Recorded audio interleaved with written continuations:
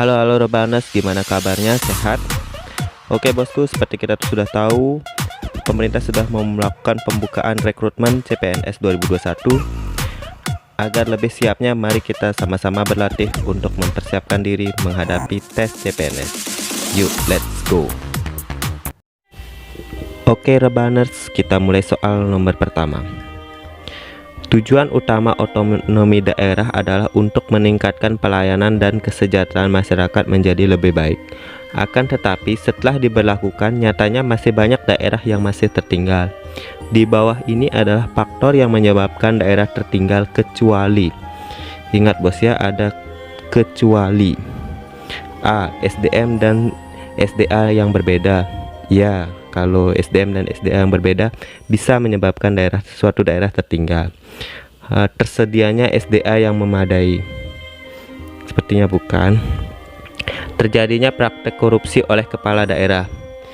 Pasti kalau di suatu daerah kepala daerahnya korupsi, maka suatu daerah tersebut akan tertinggal. Tidak ada sarana dan prasarana yang memadai. Kalau sarana dan prasarana yang tidak memadai, jadi untuk berkembangnya suatu daerah akan susah. Kurangnya potensi sumber daya alam. Kalau sumber daya alamnya sudah tidak ada, terus SDA-nya kurang memadai, jadi suatu daerah tersebut bisa dipastikan akan menjadi daerah yang tertinggal. Jadi pilihannya yang B, bosku. Soal nomor 2. Kota Solo dijadikan sebagai daerah Wild West terjadi pada peristiwa A. Agresi militer Belanda 1, B. Agresi militer Belanda 2, C. Pemberontakan DITII, D. Pembentukan FDR, E. Berdirinya BFO. Oke bosku, kita ulas sedikit. Sebelumnya Amir Syarifuddin menjabat di kabinet pemerintahan. Namun Amir Syarifuddin jatuh dari kabinet karena mendatangi perjanjian Renville yang sangat merugikan Indonesia. Setelah peristiwa itu, Amir Syarifuddin berubah menjadi oposisi pemerintah dengan membentuk Front Demokrasi Rakyat atau lebih dikenal FDR atau disingkat FDR maksudnya. FDR bertujuan untuk merebut kekuasaan dengan cara menjadikan Solo sebagai daerah Wild West, yang berarti daerah kacau dan membunuh tokoh-tokoh yang dianggap sebagai musuh. FDR menolak kebijakan kabinet Hatta mengenai rekonstruksi angkatan perang. Perkembangan selanjutnya, FDR bersama musuh mendirikan Republik Soviet Indonesia di Madiun yang dikenal sebagai pemberontakan PKI Madiun. Jadi jelas ya sejarahnya Wild West ini terjadi pada pembentukan FDR. Jadi jawaban yang paling tepat D. Oke, soal selanjutnya. Di antara kalimat-kalimat berikut yang bukan kalimat baku adalah A. Dengan pendidikan diharapkan dapat membentuk manusia Indonesia yang demokratis, berkeadilan, dan tidak diskriminatif.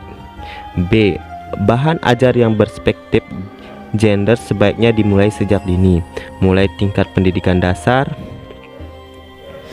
C. Ketika diwawancarai media, Sarkozy mengatakan bahwa peningkatan kehadiran Prancis di Afghanistan bukan kuantitatif melainkan kualitatif. D. Beberapa jam sesudah menerima Sarkozy, Karzai menerima kunjungan Ruth. E. Berdasarkan laporan Dinas Pertanian Jawa Tengah, setiap 2 bulan sekali dibuka produk pertanian Jawa Tengah. Oke Rebaners, gimana? Kira-kira jawaban yang paling tepat yang mana? Jawabannya A. Alasannya, kata dengan tidak boleh digunakan di awal kalimat karena akan mengaburkan unsur subjek kalimat. Jadi kalimat yang tidak baku adalah dengan pendidikan diharapkan dapat membentuk manusia Indonesia yang demokratis, berkeadilan, dan diskriminatif. Jadi kata dengan itu, kata-kata yang penghubung dengan seperti itu tidak boleh digunakan di awal kalimat. Oke, mudah sekali kan bosku.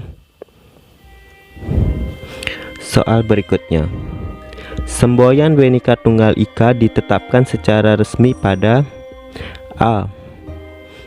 PP nomor 62 tahun 1951, B. PP nomor 64 tahun 1951, C. PP nomor 63 tahun 1951, D. PP nomor 66 tahun 1951, E. PP nomor 65 tahun 1951.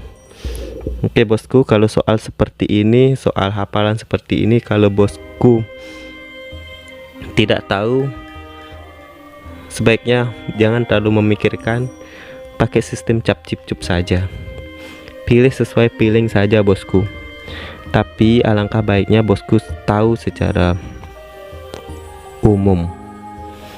Jadi bosku lebih banyak membaca, lebih banyak browsing, jadi pengetahuan bosku lebih banyak dan lebih dari peserta-peserta CPNS lainnya. Harapannya ketika keluar soal-soal seperti ini, bosku tidak melakukan main tebak-tebakan, jadi ada dasarnya. Oke bosku, semboyan Bhinneka Tunggal Ika ditetapkan secara resmi berdasarkan pada PP nomor 66 tahun 1951. Ingat bosku, Bhinneka Tunggal Ika 66, ingat saja seperti itu, 6651. Itu aja cara menghafalnya bosku ya. Tahunnya 51, 5 tambah 1 6, 6 nya 2 kali 66. PP nomor 66 tahun 1951. Ingat Bhinneka Tunggal Ika. Lanjut bosku. Soal berikutnya. Organisasi Nasional Indonesia yang banyak mendirikan sekolah-sekolah guna menanamkan semangat nasionalisme masyarakat Indonesia adalah A.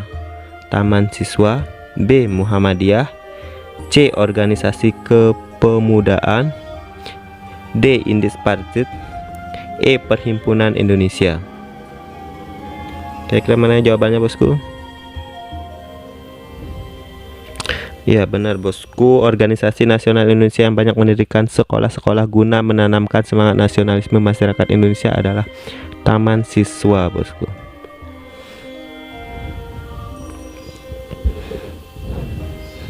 Soal berikutnya, arti Bhinneka Tunggal Ika adalah, kalau soal ini soal bonus bosku, jadi kalau bosku sampai salah menjawab soal ini berarti terlalu. Oke bosku, arti Bhinneka Tunggal Ika adalah berbeda-beda tetapi tetap satu jua.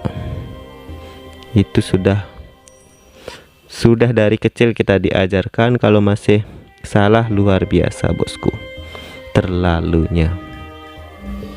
Soal berikutnya bosku. Kalau di sini teksnya panjang seperti ini, sebaiknya bosku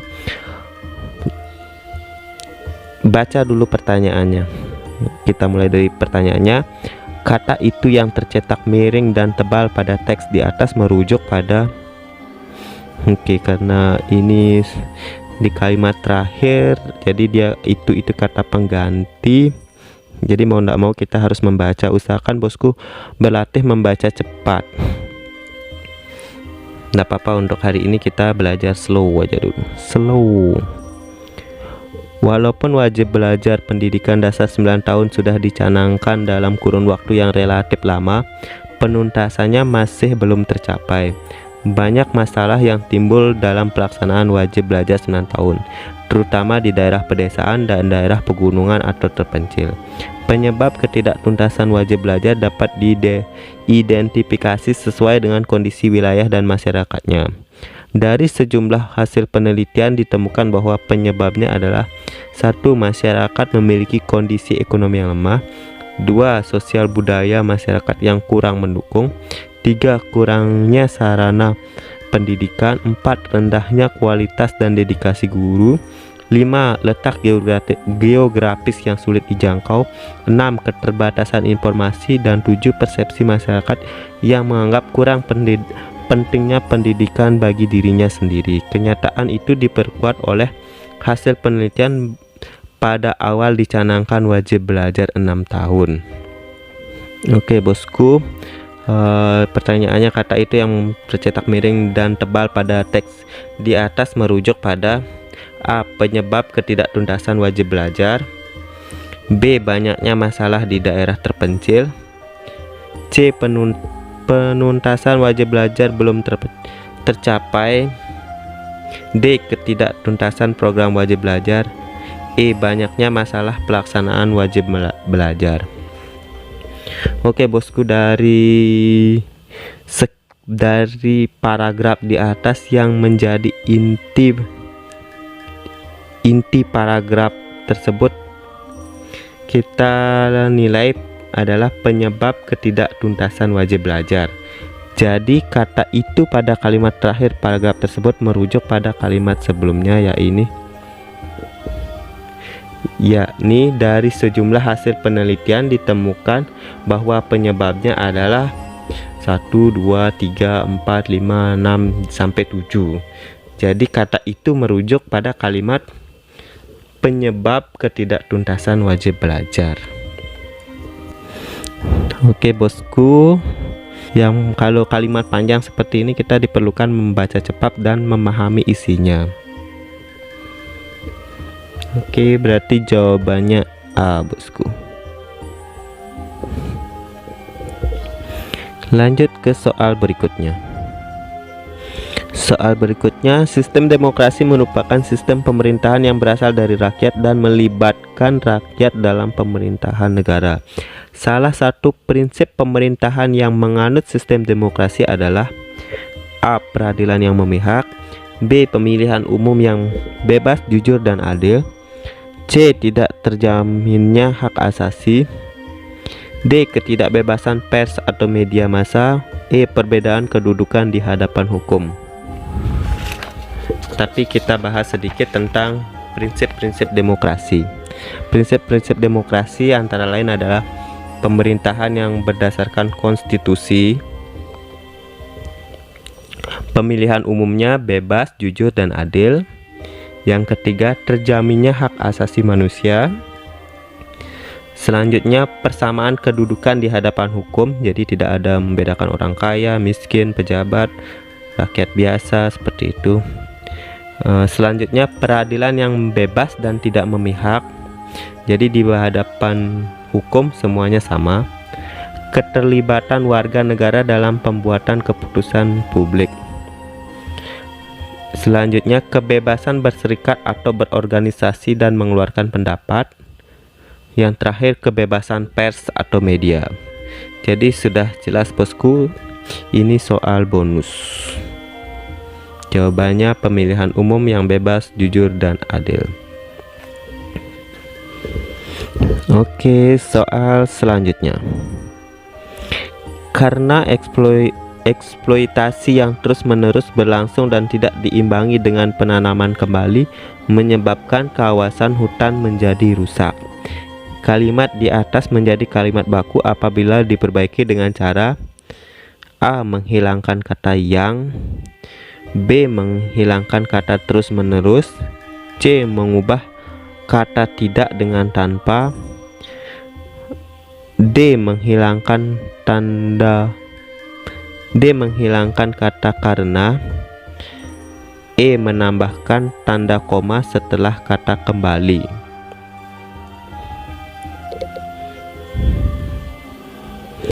Oke bosku, coba dianalisa kalimatnya. Karena eksploitasi yang terus-menerus berlangsung dan tidak diimbangi dengan penanaman kembali menyebabkan kawasan hutan menjadi rusak.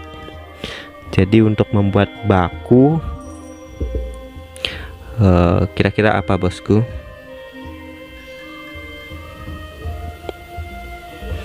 Oke bosku, kita lihat dulu kalimatnya. Di sana ada karena dan ada kata menyebabkan. Itu dua kata yang menandakan alasan. Jadi salah satunya harus dihilangkan. Misalnya untuk menjadikan baku. Eksploitasi yang terus-menerus berlangsung dan tidak diimbangi dengan penanaman kembali menyebabkan kawasan hutan menjadi rusak. Cukup itu saja bosku, sudah menjadi baku. Namun kalau bosku menginginkan kata karena tetap ada, kata menyebabkannya dihilangkan. Jadi setelah setelah kata kembali pada kalimat penanaman kembali itu harus diisi tanda koma. Jadi kalau mau menghilangkan kata menyebabkan itu, bosku, kalimatnya seperti ini: karena eksploitasi yang terus-menerus berlangsung dan tidak diimbangi dengan penanaman kembali. Di sini harus ada tanda koma, baru kawasan hutan menjadi rusak. Seperti itu bosku. Option A hampir mengecoh, tapi yang paling tepat adalah option D, menghilangkan kata karena. Jadi terlalu berlebihan kata alasan di sini, yaitu kata karena dan menyebabkan. Dua kata itu fungsinya sama. Jadi mubasir bosku, kalau uang yang mubasir itu enak, kalau kata enggak usah. Jadi kalimatnya menjadi tidak baku. Oke bosku, ini soal bonus, jadi jawabannya D. Soal berikutnya, aksi demonstrasi mahasiswa tahun 1998 yang berhasil menggulingkan Orde Baru dipicu oleh hal-hal berikut, kecuali. Ingat bosku, ada kata kecuali. A. Memprotes kebijakan pemerintah Orde Baru. B. Krisis moneter melanda wilayah Asia Tenggara. C. Indonesia dilanda krisis ekonomi. D. Memanasnya situasi politik di Indonesia. E. Orde Baru sudah tidak sesuai sehingga harus diganti menjadi Orde Reformasi. Oke bosku, perlu kita ketahui, aksi demonstrasi mahasiswa tahun 1998 yang berhasil menggulingkan Orde Baru dan membuat Presiden Soeharto menyerahkan jabatannya kepada B.J. Habibie selaku Wakil Presiden dipicu oleh hal-hal berikut ini. Seperti Kabinet Pembangunan ke-7 dianggap berbau KKN. Pada masa itu banyak sekali terjadi KKN. Yang B. Memprotes kebijakan pemerintah Orde Baru. Hal ini bisa menyebabkan jatuhnya Orde Baru karena banyaknya protes pada pemerintahan Orde Baru. Yang C. Memanasnya situasi politik di Indonesia. Hal ini menyebabkan pemerintahan tidak stabil, jadi banyak aksi demo dan akhirnya Presiden Soeharto lengser dan digantikan oleh B.J. Habibie. Yang keempat, Indonesia dilanda krisis ekonomi. Pada masa itu terkenal dengan krisis moneter, dan krisis moneter melanda wilayah Asia Tenggara. Bukan hanya di Indonesia saja yang terjadi krisis moneter, di Asia Tenggara juga terjadi hal yang sama sehingga ekonomi susah, akhirnya banyak terjadi kerusuhan, penjarahan pada saat itu, dan akhirnya Orde Baru lengser. Jadi jawaban yang paling tepat adalah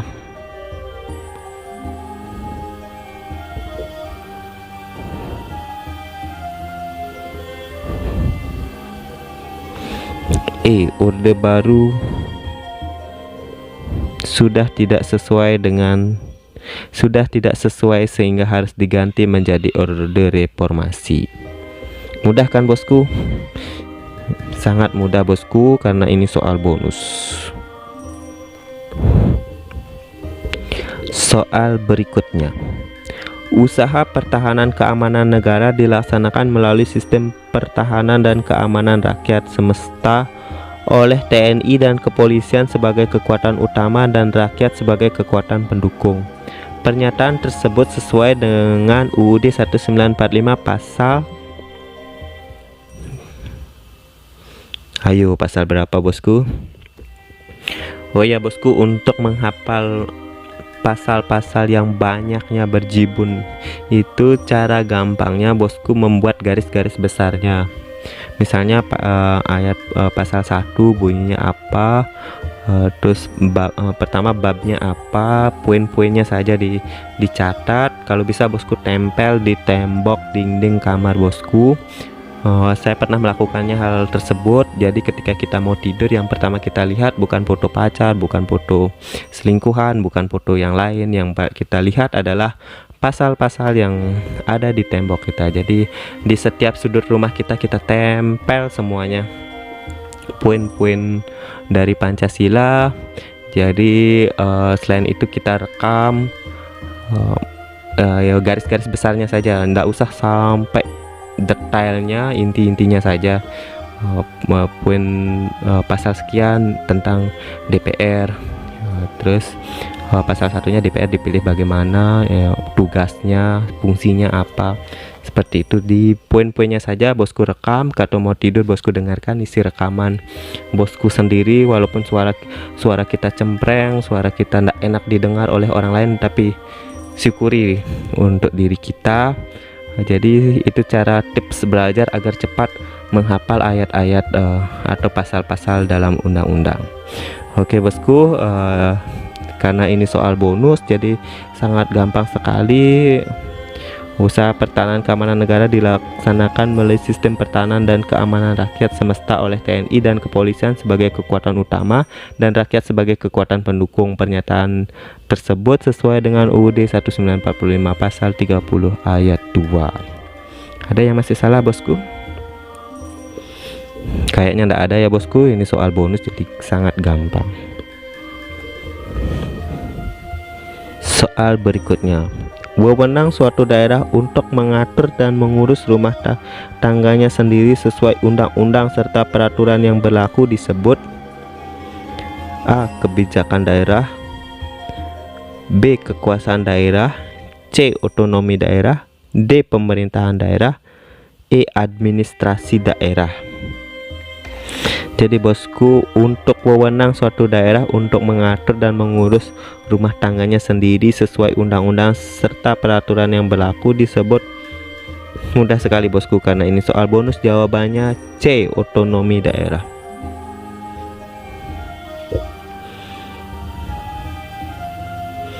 Otonomi itu sendiri bosku, jadi dia mempunyai hak untuk mengatur pemerintahannya sendiri, mengurus rumah tangganya sendiri.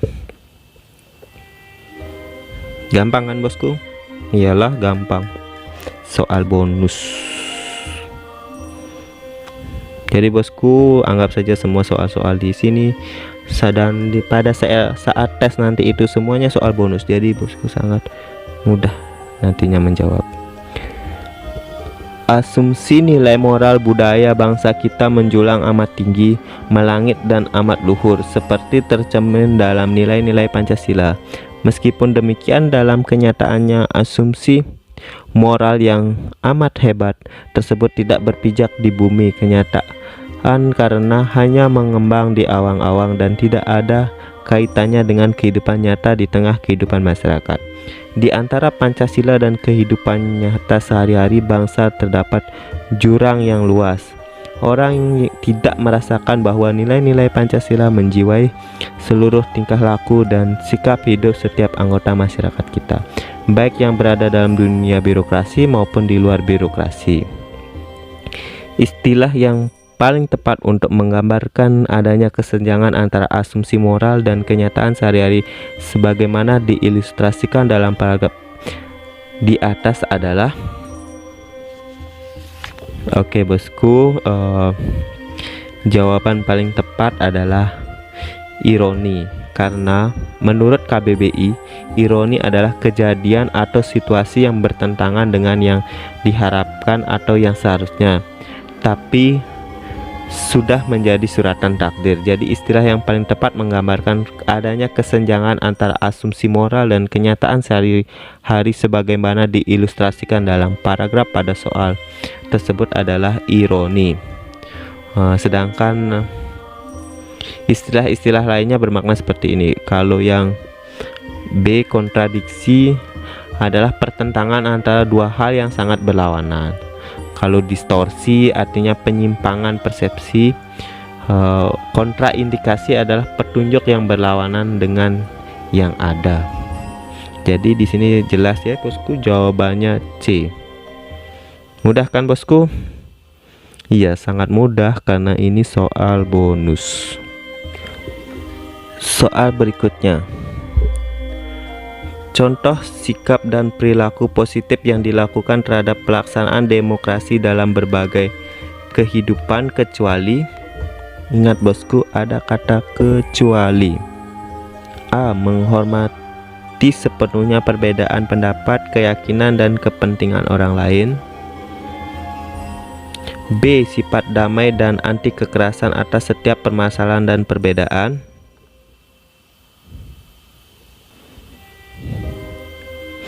C. Menaati hukum dan peraturan yang berlaku. D. Menghindari sikap dan perilaku yang angkuh.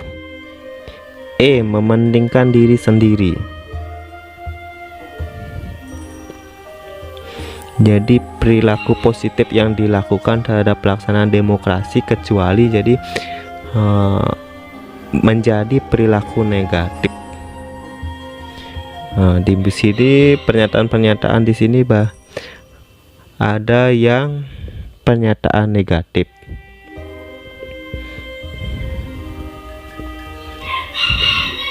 Jadi jawaban yang paling tepat sangat mudah bosku, mementingkan diri sendiri.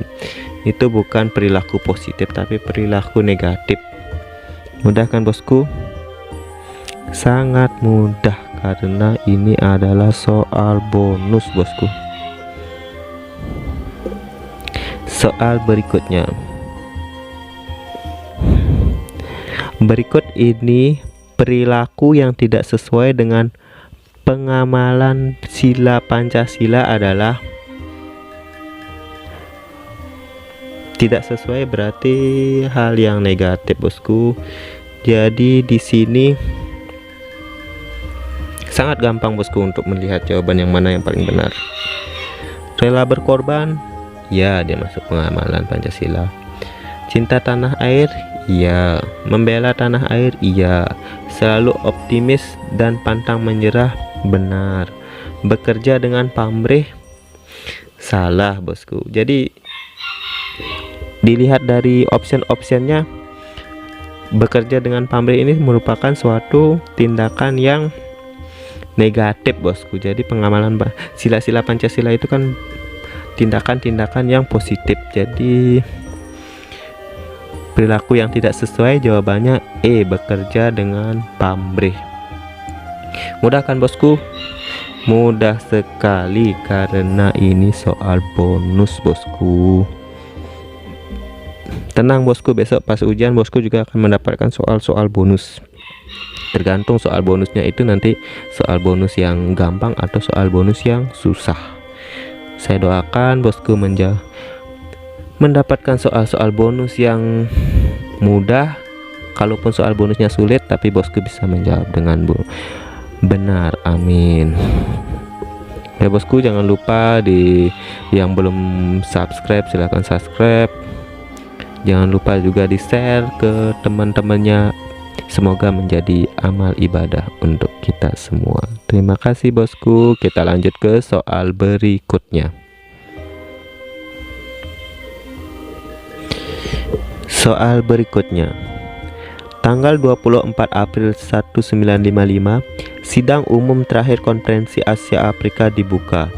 Dalam sidang umum itu dibacakan oleh Sekretaris Jenderal Konferensi rumusan pernyataan dari tiap-tiap panitia sebagai hasil konferensi. Setelah itu ketua konferensi menyampaikan pidato penutupan dan menyatakan bahwa Konferensi Asia Afrika ditutup. Konsensus itu dituangkan dalam komite akhir yang isinya adalah mengenai kecuali. Ingat bosku, ada kata kecuali. Oke bosku, kita review singkat tentang Konferensi Asia Afrika. Yaitu setelah melalui sidang-sidang yang menegangkan dan melelahkan selama 1 minggu, pada pukul 19.00 WIB tanggal 24 April 1955, sidang umum terakhir Konferensi Asia Afrika dibuka.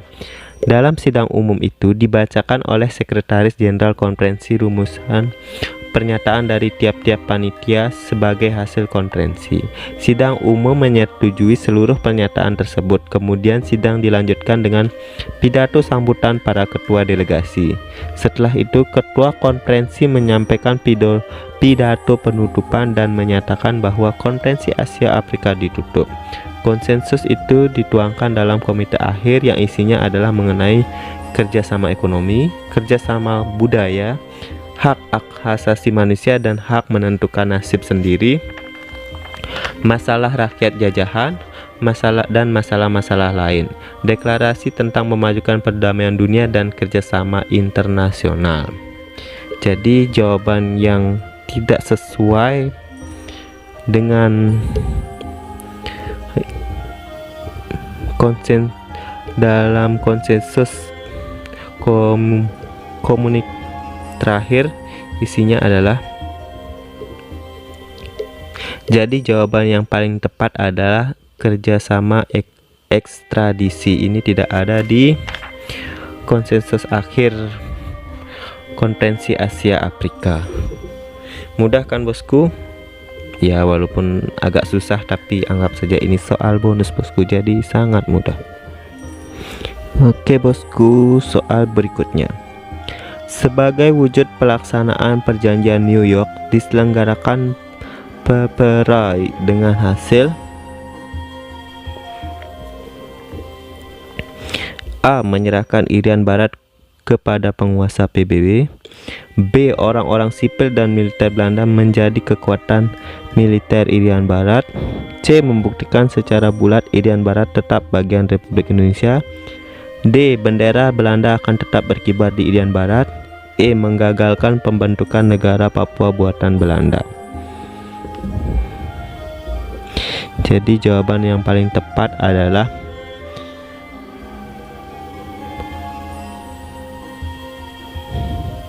membuktikan secara bulat Irian Barat tetap bagian Republik Indonesia. Jawabannya C bosku. Mudah sekali kan bosku? Oke, ini soal bonus jadi sangat mudah. Soal berikutnya. Penggunaan tanda baca dalam kalimat berikut sesuai dengan aturan EYD kecuali A. Hak asasi manusia adalah hak yang memiliki setiap manusia sejak lahir yang tidak boleh dilanggar, dibatasi, ataupun dikurangi oleh siapapun. B. Di jalur Losari Cirebon belum terlihat adanya perbaikan meskipun kerusakannya tergolong parah. C. Kita sekarang memerlukan peralatan sekolah, sepatu, tas, dan alat tulis. D. Daerah nyaris tidak berdaya terutama dalam mengelola keuangan daerah. E. Ketika acara seminar berlangsung, Anda bertugas sebagai notulis. Perhatikan tanda bacanya bosku.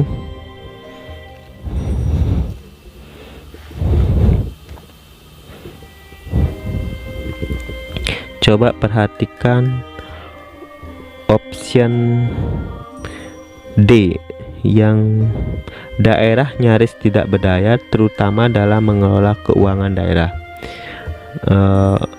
Kata terutama bukan kata penghubung perlawanan makna, sehingga di depannya tidak perlu ditambahkan tanda koma.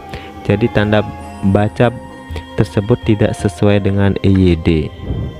Jadi tidak perlu ada tanda koma di kata setelah tidak berdaya, langsung saja daerah nyaris tidak berdaya terutama dalam mengelola keuangan daerah. Tanda komanya dihilangkan, yang lainnya sudah sesuai dengan EYD. Oke bosku, soal bonusnya sudah kita bahas. Kita lanjut ke soal berikutnya. Ganepo merupakan pesta olahraga untuk negara-negara yang termasuk NEPO. Ganepo diadakan atas prakarsa Presiden Soekarno sebagai tandingan dari A. Olimpiade, B. SEA Games, C. Piala Dunia, D. Piala Konfederasi, E. Asia Afrika. Oke bosku, kita review sedikit dari hasil googling. Ganepo merupakan pesta olahraga untuk negara-negara yang termasuk NEPO. Ganepo diadakan atas prakarsa Presiden Soekarno sebagai tandingan dari Olimpiade. Hal ini dilatar belakangi oleh peristiwa sebelumnya di mana Indonesia diskors oleh Komite Olimpiade karena pada saat Asian Games tahun 1962 di Jakarta, negara Israel dan Taiwan tidak boleh mengikuti pertandingan tersebut. Indonesia sebagai tuan rumah dan Israel dan Taiwan tidak diperbolehkan mengikuti pertandingan olahraga tersebut, sehingga Indonesia diskors dalam di pertandingan Olimpiade. Jadi Soekarno memprakarsai ke pesta olahraga Ganepo. Jadi pesta olahraga tersebut merupakan tandingan dari Olimpiade. Mudah kan bosku? Mudah bosku kalau kita sambil googling. Pokoknya semua ini adalah soal bonus. Soal berikutnya. Faktor yang menyebabkan perselisihan antara pemimpin di tingkat pusat dan daerah pada tahun 1957 yang mengakibatkan terjadi pemberontakan PRRI dan Permesta adalah: A. Tuntutan menjadikan Indonesia sebagai negara serikat. B. Bung Karno tidak memenuhi janjinya untuk memberi status istimewa kepada Aceh. C. Bung Karno memaksakan agar PKI masuk dalam pemerintahan hasil pemilu 1955. D. Bung Hatta menginginkan perubahan sistem kabinet. E. Terjadi kesenjangan pembangunan antara wilayah Jawa dan wilayah luar Jawa. Oke bosku, jawaban yang paling tepat adalah terjadinya kesenjangan pembangunan antara wilayah Jawa dan wilayah luar Jawa. Ini dikarenakan karena kondisi pemerintah pusat yang kurang memperhatikan pembangunan di daerah memicu terjadinya pemberontakan PRRI atau Pemerintah Revolusioner Republik Indonesia pada tanggal 15 Februari 1958. Dan pada tanggal 17 Februari 1958 juga muncul pemberontakan Permesta atau Perjuangan Rakyat Semesta. PRRI dari bagian barat dan Permesta dari bagian timur membuat NKRI berada di ujung tanduk. Jadi jawabannya adalah karena kesenjangan pembangunan antara wilayah Jawa dan wilayah luar Jawa. Mudah kan bosku? Mudah dong. Kan soal bonus. Berikutnya, manfaat APEC bagi kawasan kecuali: A. Turut menjaga stabilitas politik di kawasan. B. Mempermudah dan memfasilitasi dunia usaha. C. Sarana pembahasan isu-isu behind the border dan across the border terkait perdagangan dan investasi. D. Mendorong paradigma pertumbuhan yang berkualitas. E. Menciptakan kondisi yang mendukung peningkatan perdagangan kawasan. Manfaat APEC berarti yang bukan manfaat APEC karena ada kata kecuali. Oke bosku, kita review dari manfaat APEC dari Google. Manfaat APEC bagi kawasan yang pertama, turut menjaga stabilitas pemerintah pertumbuhan ekonomi di kawasan melalui pertukaran informasi kebijakan sebagaimana tercantum dalam laporan World Bank 2013. Kawasan Asia Pasifik tetap merupakan lokomotif pertumbuhan ekonomi global di tengah ketidakpastian ekonomi dunia akibat krisis Eropa. Hal ini terlihat dari estimasi tingkat pertumbuhan di APEC yang lebih tinggi dari dunia. Yang kedua, menciptakan kondisi yang mendukung peningkatan perdagangan kawasan. Yang ketiga, sarana pembahasan isu-isu behind the border dan across the border terkait perdagangan dan investasi maupun isu-isu yang kerap menjadi ancaman perekonomian seperti kesiaptanggapan bencana dan ancaman terorisme. Yang keempat, mendorong paradigma pertumbuhan yang berkualitas melalui pipe growth, strategi balance, include, sustainable, inovatif, dan secure.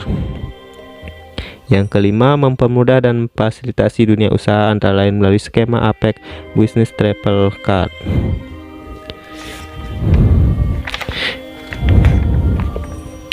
Oke bosku, jawaban yang keempat adalah turut menjaga stabilitas politik di kawasan. Ini bukan manfaat dari APEC. Mudah kan bosku? Mudah. Kalau kita tahu manfaat APEC, kita akan tahu jawabannya. Jadi lebih banyak membaca, lebih banyak browsing, lebih banyak googling bosku. Dan ketika bosku sudah banyak memahami, maka semua itu akan menjadi soal bonus, dan hasil akan menjadi soal-soal yang sangat mudah. Oke bosku, di kesempatan kali ini kita lanjutkan mereview soal tes karakteristik pribadi. Seperti kita ketahui, dalam tes CPNS SKD ada 3 item yang akan dinilai. Yang pertama, tes wawasan kebangsaan, kedua tes intelijensi umum, yang ketiga tes karakteristik pribadi. Tadi kita sudah bahas beberapa soal TWK, kita lanjut ke TKP. Untuk di TIU kita review di lain waktu, karena beberapa tips dan trik yang harus kita pelajari. Kalau di TKP ada beberapa penilaian yang akan diuji, misalnya dalam hal pelayanan publik, jejaring kerja, sosial budaya, teknologi informasi dan komunikasi, yang kelima profesionalisme.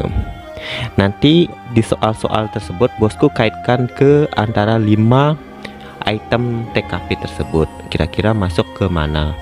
Nah, kita ulas sedikit. Pelayanan publik itu adalah untuk menilai perilaku keramah tamahan dalam bekerja yang efektif agar bisa memenuhi kebutuhan dan kepuasan orang lain sesuai dengan tugas dan wewenang yang dimiliki. Itu item pelayanan publik. Yang kedua, jejaring kerja. Tujuannya mampu membangun dan membina hubungan, bekerja sama, berbagi informasi, dan berkolaborasi dengan orang lain secara efektif. Itu item jejaring kerja. Yang ketiga, sosial budaya. Tujuannya agar mampu beradaptasi dan bekerja secara efektif dalam masyarakat majemuk, terdiri dari beraneka ragam agama, suku, budaya, dan sebagainya. Kita tahu Indonesia ini Bhinneka Tunggal Ika, jadi kita dituntut untuk mampu beradaptasi. Ketika kita misalnya orang Bali bekerja di Jawa, jadi kita harus beradaptasi, jangan terlalu membawa suku kita ya. Jadi kita harus bisa beradaptasi dan bekerja sama. Jangan sampai kita karena suku Jawa atau kita suku Bali tidak mau bekerja sama dengan suku yang lain. Ingat bosku, kita ini Bhinneka Tunggal Ika. Yang keempat, teknologi informasi dan komunikasi. Tujuannya mampu memanfaatkan teknologi informasi dengan efektif untuk meningkatkan kinerja. Diharapkan ASN sekarang mampu menggunakan teknologi informasi. Jangan sampai masih gaptek gitu. Jadi ketika kita ada kerja atau pekerjaan, kita bisa memanfaatkan teknologi informasi sehingga kinerja kita semakin lebih bagus. Yang terakhir, profesionalisme. Di sini tujuannya kita dituntut untuk melaksanakan tugas dan fungsi sesuai dengan tuntutan jabatan. Oke bosku, di layar sudah ada soal yang pertama di TKP. Kita bahas soal yang pertama. Oke, kita sama-sama baca soal pertama. Sikap saya untuk mencapai tujuan yang saya harapkan adalah: A. Berusaha dengan giat, B. Berusaha pelan-pelan asal tercapai, C. Pasrah, D. Meminta bantuan orang lain, E. Putus asa bila mengalami rintangan. Kalau seperti ini jawabannya apa? Ini jawabannya sudah kelihatan jelas bosku.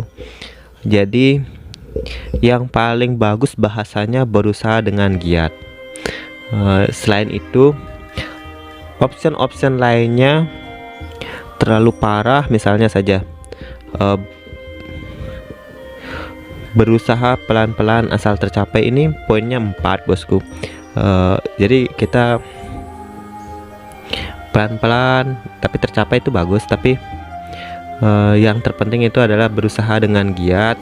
Semakin kita giat berusaha, biasanya hasil tidak mengkhianati proses bosku. Yang ketiga, pasrah. Kalau kita sudah pasrah ya terima nasib, jadi belum tentu akan tujuannya sampai. Meminta bantuan orang lain juga bagus, tapi kita tidak ada mengeksplor kemampuan diri kita. Putus asa bila mengalami rintangan,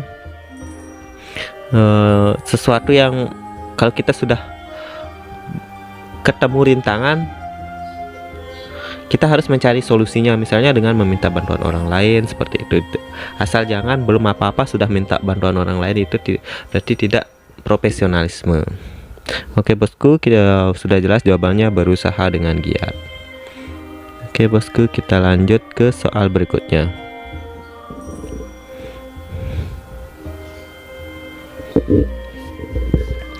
Soal berikutnya, saya diminta pimpinan untuk menghadiri rapat kenaikan pangkat di lingkungan kantor Anda. Sikap Anda adalah A. Segera melapor kepada atasan, B. Menghindari rekan yang ingin tahu hasil rapat, C. Dengan bangga menceritakan keputusan rapat, D. Memberitahu hasil rapat kepada sahabat dan memintanya tutup mulut, E. Tidak memberitahukan hasil rapat kepada siapapun.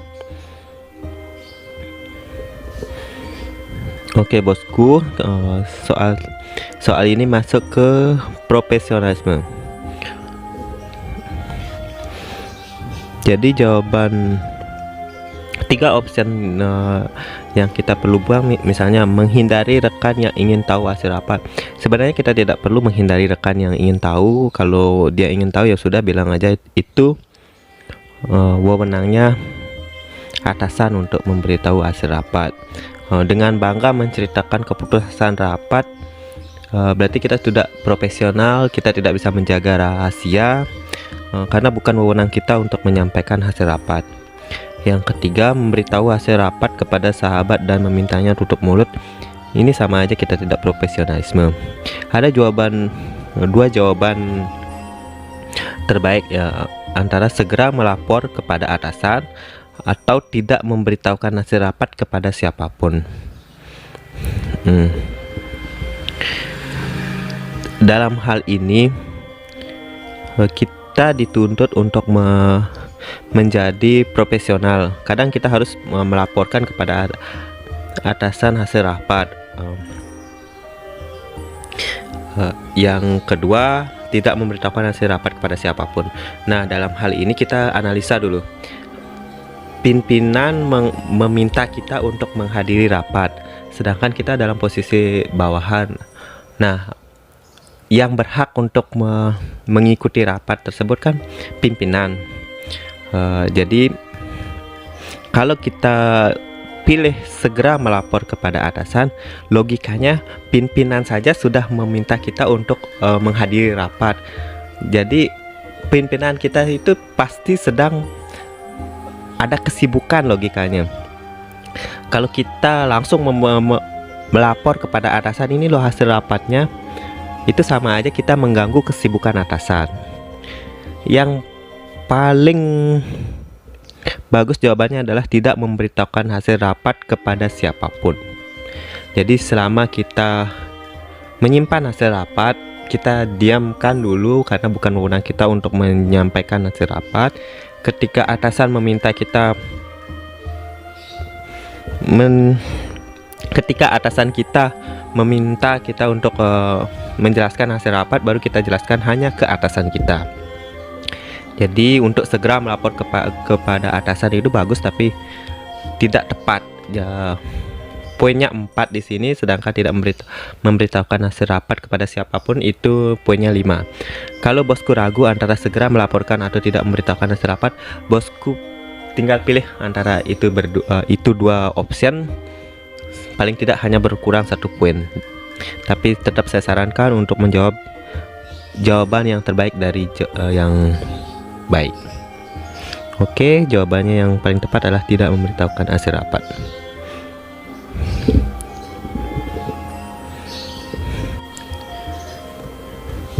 Soal berikutnya, apa pendapat terhadap orang yang egois? Option A, perlu dilaporkan kepada pimpinan.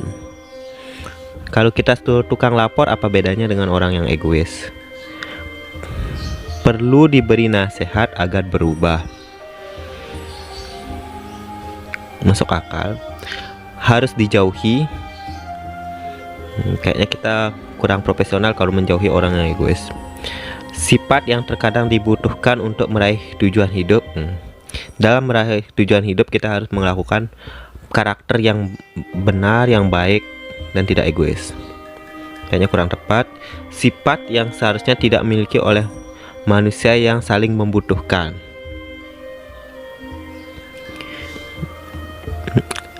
Dua jawaban terbaik adalah perlu diberi nasihat agar berubah, sama sifat yang seharusnya tidak dimiliki oleh manusia yang saling membutuhkan. Kalau kita jawab perlu diberi nasihat agar berubah, apakah kita sudah tergolong orang yang egois? Apakah kita masuk golongan yang tidak egois, maksud saya? Karena ketika kita menjudge seorang itu seorang egois, kemungkinan besar kita adalah orang yang egois. Jadi jawaban paling tepat adalah sifat yang seharusnya tidak dimiliki oleh manusia yang saling membutuhkan. Kalau seorang yang membutuhkan tidak mungkin egois. Jadi jawaban terbaiknya adalah sifat yang seharusnya tidak dimiliki oleh manusia yang saling membutuhkan. Jawaban kedua terbaik adalah perlu dinasihati agar berubah. Kenapa saya tidak pilih perlu dinasihati agar berubah? Karena seperti yang saya bilang tadi, ketika kita menjudge orang itu egois, sebenarnya kita sudah termasuk golongan yang egois. Itu saja. Soal berikutnya, di antara teman Anda dikenal sebagai orang yang ini kita harus memposisikan diri kita. Soal ini maksudnya untuk memposisikan kita kalau kita di tempat kerja, kita sebaiknya seperti apa. Oke lah, kita mungkin orangnya yang malas atau apa, tapi kalau ketika menjawab soal kita harus memilih yang terbaik. Jangan sampai Anda bilang di antara teman Anda dikenal sebagai orang yang pemalas. Itu tidak usah dah, kita tutupi saja kalau di tes ini. Baik option pertama rajin, lucu, baik hati, kaya, dan ulet. Ingat bosku, kita di sini sedang mencari pekerjaan. Jadi dalam hal pekerjaan yang kita butuhkan adalah yang rajin dan ulet. Kalau bosku pilih antara rajin dan ulet, kita bedakan dulu. Rajin itu setiap hari rutinitas mau mengerjakan hal-hal yang memang tugas dan kewajibannya. Sedangkan ulet itu lebih ke untuk mencapai tujuan, dia akan melakukan inovasi terbaru, seperti itu yang namanya ulet. Jadi option yang paling benar, yang paling bagus dan poinnya tertinggi adalah ulet. Rekan kerja Anda datang ke kantor dengan penampilan yang berantakan. Sikap Anda adalah A. Tidak peduli karena itu masalah pribadi. B. Melaporkan kepada atasan agar ia dihukum. C. Memarahinya. D. Membantunya merapikan penampilan. E. Memberinya nasihat merapikan penampilan agar klien merasa dihargai. Oke bosku, ini kita arahkan ke jejaring. Misalnya tidak peduli karena itu masalah pribadi. Kita kan sebuah tim, rekan kerja itu adalah tim kita juga. Apapun yang terjadi dengan rekan kerja akan berdampak kepada diri kita sendiri. Itu prinsip kinerja. Jadi tidak peduli walaupun dia masalah pribadi. Beda masalah pribadi dengan pekerjaan. Ini menyangkut dengan pekerjaan. Kalau masalah rumah tangganya ya bukan urusan kita, itu benar tidak peduli karena itu masalah pribadi. Tapi ini sudah masuk ke dalam ranah pekerjaan. Melaporkan kepada atasan agar ia dihukum. Kita bukan mencari tipikal orang yang suka melapor. Jadi hal ini kita singkirkan dulu, dibuang-buang jauh-jauh untuk saling lapor seperti itu. Memarahinya. Kita rekan kerja bukan atasannya dia, jadi untuk memarahinya bukan wewenang kita. Membantunya merapikan penampilan. Kalau membantu merapikan penampilan, kita bukan pembantunya. belum tentu juga dia mau menerima permintaan kita. Yang paling tepat adalah memberinya nasihat untuk merapikan penampilan agar klien merasa dihargai. Ini lebih paling tepat, kita beri dia nasihat. Entah dia mau menerima atau enggak, itu balik lagi ke masalah pribadinya. Yang penting kita sudah memberi nasihatnya. Dengan sudah memberi nasihat, semoga dia mau berubah. Kalau dia tidak berubah, otomatis nanti atasan kita akan tahu, dan tidak perlu kita melapor. Memarahinya juga kurang etis, karena kita hanya rekan kerja, bukan atasan. Kalau kita atasan, wajib kita marahi. Oke, jawab palingan tepat adalah memberi nasihat.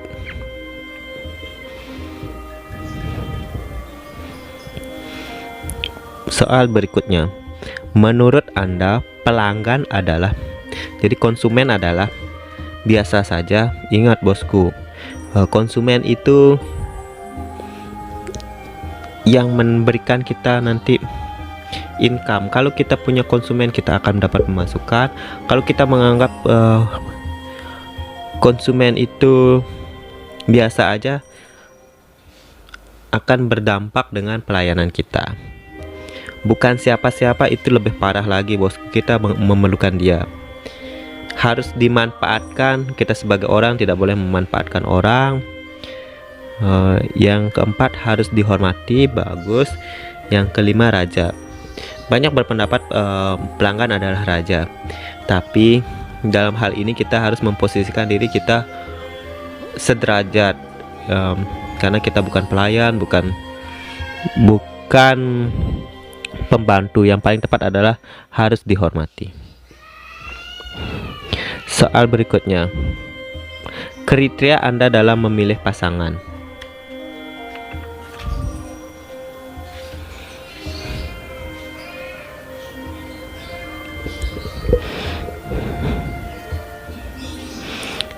Yang pertama, pasangan yang berkarakter keterbalikan dengan saya.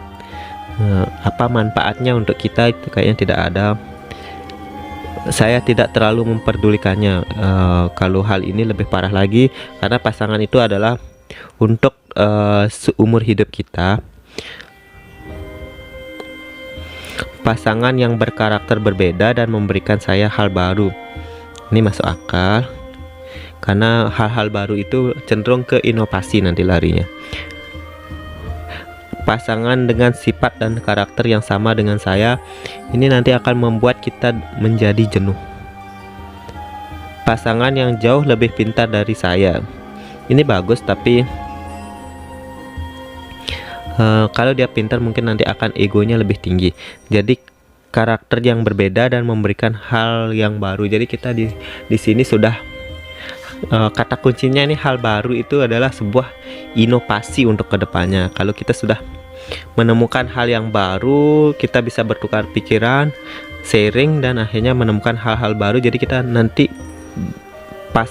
dalam menjalani hidup kita akan bisa berinovasi lebih. Kalau ini pasangan yang jauh lebih pintar dari saya, itu sebenarnya bagus, tapi kita tidak akan bisa mengimbangi dan kita akan minder sendiri kemungkinannya. Bagus sih, tapi menurut saya jawaban yang paling tepat adalah C. Setelah mematangkan rencana, A. Meminta pertimbangan orang lain untuk memperbaiki kekurangan. Bagus sih, minta saran. Khawatir gagal, jangan sekali-sekali bosku menjawab hal ini. Menghalalkan segala cara agar berhasil, ini perlu ditinggalkan option seperti ini. Berdoa dengan tekun, bagus juga. Manusia hanya pasrah kepada Tuhan. Berdoa dengan tekun dan hanya pasrah, itu jawabannya mirip.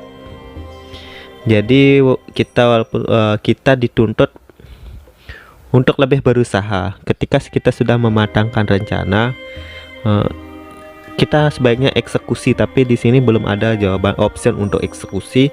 Jadi ketika kita sudah mematangkan rencana, lebih baik kita mendiskusikan dengan orang lain. Jadi kita sudah misalnya rencana buat rumah, udah uang sudah ada, rencana rumahnya dibangun di sini, udah selesai. Biasanya namanya manusia ada aja kekurangannya. Jadi setelah itu lebih baik kita diskusi dengan orang terdekat kita, kira-kira apa sih kekurangan dalam rencana kita. Jadi harapannya kita dapat pertimbangan untuk memperbaiki kekurangan kita.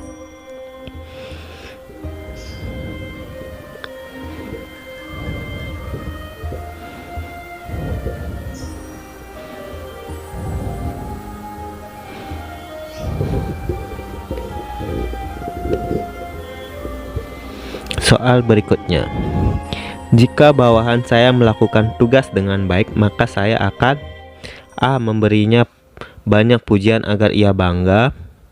Kita harus memberi pujian, oke.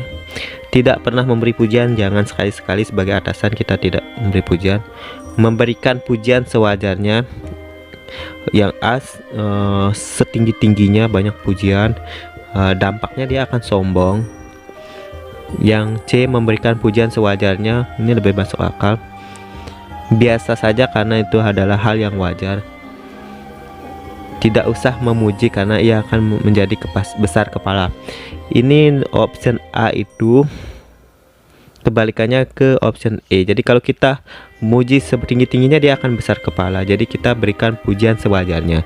Ingat bosku, kalau kita jadi atasan, ketika ada bawahan kita melakukan hal yang benar, walaupun kita tidak memberikan bonus, sekedar pujian itu adalah sudah sebuah penghargaan. Orang akan terkesan kepada kita menjadi atasan kalau kita peduli kepada bawahan. Walaupun hanya sekedar pujian kecil, itu adalah sebentuk kepedulian kita sebagai atasan. Jika ingin menjadi kreatif, Anda harus A. Pandai bergaul, B. Banyak membaca, C. Diam saja, D. Terus berkarya, E. Meyakini Anda bisa kreatif. Oke, pandai bergaul. Kalau bergaul aja tidak ada hasil, bukan namanya kreatif. Banyak membaca adalah dasarnya untuk kreatif. Tapi kalau hanya membaca saja tidak ada eksekusinya, Anda tidak akan dikenal sebagai orang yang kreatif. Diam saja itu sudah tidak melakukan apa-apa, jadi tidak bisa disebut dengan kreatif. Terus berkarya berarti karya itu sudah ada hasilnya. Kalau kita terus berkarya, lama-lama kita akan meningkatkan kreativitas. Jadi ketika Anda buat video, jadi akan ada inovasi terbaru. Jadi itulah yang disebut dengan kreatif. Meyakini Anda bisa kreatif. Yakin saja tidak cukup kalau tidak ada hasilnya. Ingat itu bosku. Yang dituntut dalam sebuah kreativitas adalah hasil. Jadi option D yang ada hasil nyatanya. Jadi yang paling benar adalah terus berkarya. Soal berikutnya,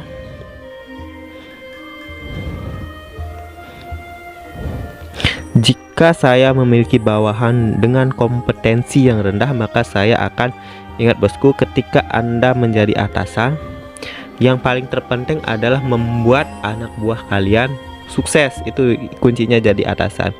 Karena ketika anak buah kalian sukses atau bisa berkarya, bisa belajar lebih, akan menjadikan kita lebih baik lagi dalam berkinerja. Menuntutnya untuk belajar lebih giat dari yang lain. B. Memecatnya dengan segera. C. Memberinya hukuman bila dia tidak meningkatkan kemampuan. D. Membimbing dan memintanya meningkatkan kemampuan. E. Memindahkannya ke divisi lain. Opsi yang paling kelihatan bagus adalah nomor D, dan itu sangat tepat bosku. Misalnya menuntutnya untuk belajar lebih giat dari yang lain. Kita suruh orang belajar, tapi kita tidak ajarin orang seperti apa yang benar. Itu bukan atasan yang baik. Memecatnya dengan segera. Kegagalan bawahan adalah tanggung jawab atasan. Ketika Anda memecat bawahan, berarti Anda tidak bertanggung jawab dengan bawahan. Memberinya hukuman bila ia tidak meningkatkan kemampuan. Ingat bosku, punishment bukan sebuah hal untuk menyelesaikan masalah. Memindahkannya ke divisi lain, ini halnya sama dengan memecat bosku, jadi tidak ada perbedaannya. Maksud saya tidak ada perbedaannya, ini adalah sebuah kegagalan pemimpin. Cuma bedanya memindahkan ke divisi lain, dia tidak berhenti bekerja, itu saja. Jadi jawaban yang paling tepat adalah membimbing dan memintanya meningkatkan kemampuan.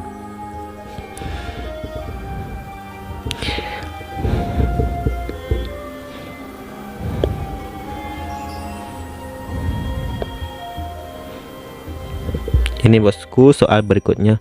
Sikap saya apabila di kantor terhadap pegawai baru adalah: A. Menyapanya lebih dahulu, B. Menunggu menyapa lebih dahulu, C. Tetap fokus pada pekerjaan karena dia akan menyapa saya nanti, D. Tidak peduli, E. Merasa sebagai senior.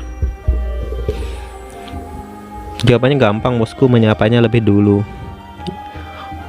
Ketika kita menyapa lebih dulu, itu bukan hal merendahkan kita sebagai senior, tapi itu bentuk profesionalisme kita sebagai seorang rekan kerja.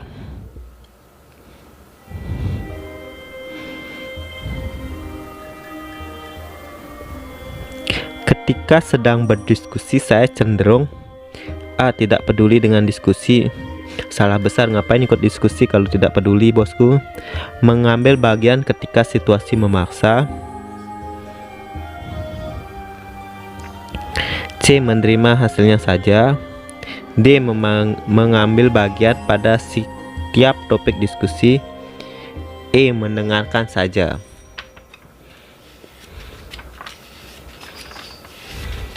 Oke bosku, jawaban paling tepat adalah D. Mengambil bagian setiap topik diskusi. Ini tidak dijelaskan kita di bagian mana. Mungkin ini diskusi secara umum. Terkadang ada beberapa soal yang jawabannya adalah diskusi itu kalau ada di berbagai bidang ada diskusi. Jadi kita sebaiknya mengambil bagiannya ketika berbicara tentang topik bagian kita. Itu di profesionalisme kerja ada soal seperti itu, pernah saya baca. Tapi karena ini tidak dijelaskan ketika sedang berdiskusi apa, mungkin diskusi secara umum, jadi setiap topik kita harus masuk, bukan hanya situasi memaksa saja kita berpendapat. Jadi kita disarankan untuk mengambil bagian di setiap diskusi. Jadi dituntut kita untuk berpikir kreatif untuk memecahkan masalah ketika diskusi. Tetapi ingat bosku, ketika ada diskusi atau rapat di suatu bidang, ingat jangan mengambil bagian di setiap topik diskusi karena kita tidak profesionalisme. Jangan sampai kita berbicara pada topik pada pembahasan diskusi keuangan kalau kita tidak diminta, sedangkan Anda di divisi yang lain. Jadi kalau hal seperti itu, saya sarankan mengambil bagian untuk diskusinya di bidang yang Anda tugaskan. Itu salah satu bentuk profesionalisme. Lanjut.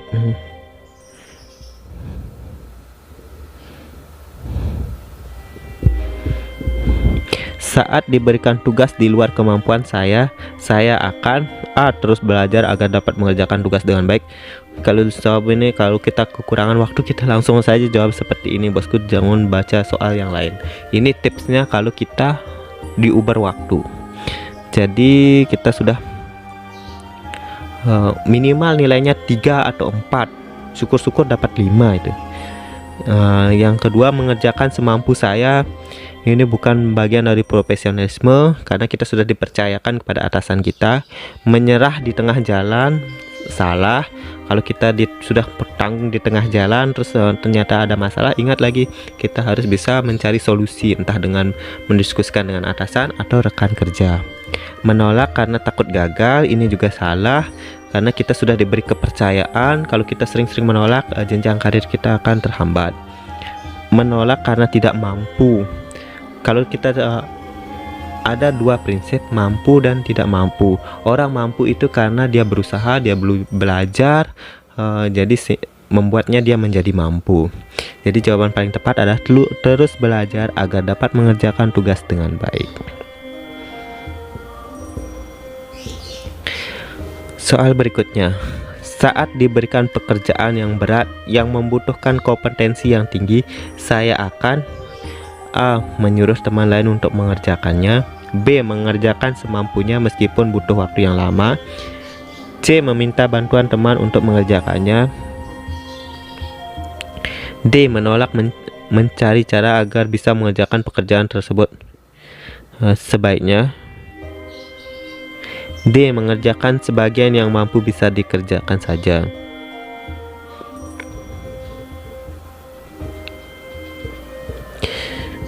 Ini kita baca ulang.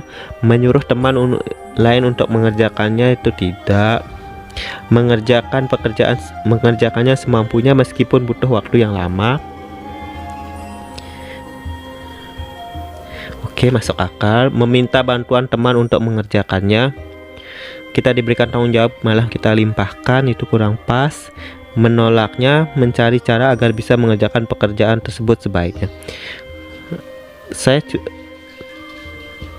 Ini option ini kok dia bicara menolak tapi dia cari cara, apakah dia maksudnya menerimanya? Seandainya dia menulis menerimanya dan mencari cara agar bisa mengerjakan pekerjaan tersebut sebaiknya, mungkin saya akan pilih D, tapi karena ada kata menolak jadi saya tinggalkan.